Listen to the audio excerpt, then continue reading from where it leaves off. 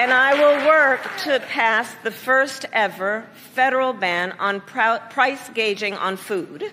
Senator, and that is a time that's sophistry. Your example on Kraft.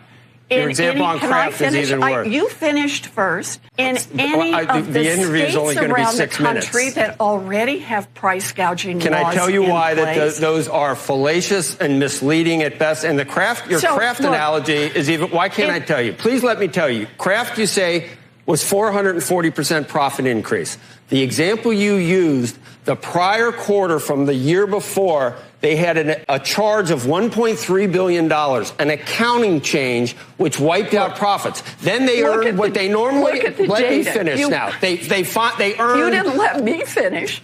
Look at the data. Come on. We have economic study now after economic study. This is the way it always goes.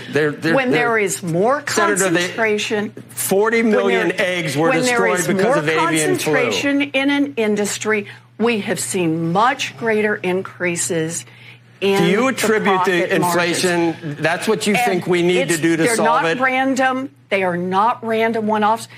It is part of the problem when you've got companies that are gouging consumers on prices.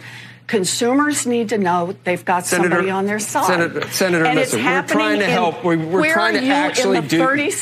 Where are you in the 37 states that currently have price gouging laws? Just quickly on that point, Senator Warren, can you, this is Kelly here. Can I just clarify how this would work? This is the way you never lose an argument because no one can ever say anything back to you, Senator. The state price gouging laws It's not going to be markets. It's not going to be supply and demand that's determining how much your grocery store charges you for milk or for eggs. It's going to be some bureaucrat in D.C., which seems like totally unworkable, first of all, for the FTC to be deciding like how much Kroger charges for eggs in Michigan. It also would be very bad for markets. We've seen this kind of thing tried in lots of other countries before: Venezuela, Argentina, the Soviet Union, et cetera. It leads to shortages. It leads to black markets, plenty of uncertainty. And beyond that, the specific way this bill is written might actually increase prices. She'll fight to lower housing costs so that everyone, everywhere, can find a place to call home. My mom raised us alone on a secretary's salary. I slept on the floor. I worked every job I could: meat packing, construction, making pizzas.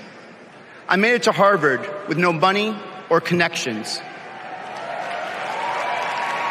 Other kids were happy because they were at Harvard. I was happy because I finally had a mattress. I had 24 kids in my high school class, and none of them went to Yale. Something he does that is so weird to me, the constant attacks on JD Vance for going to Yale.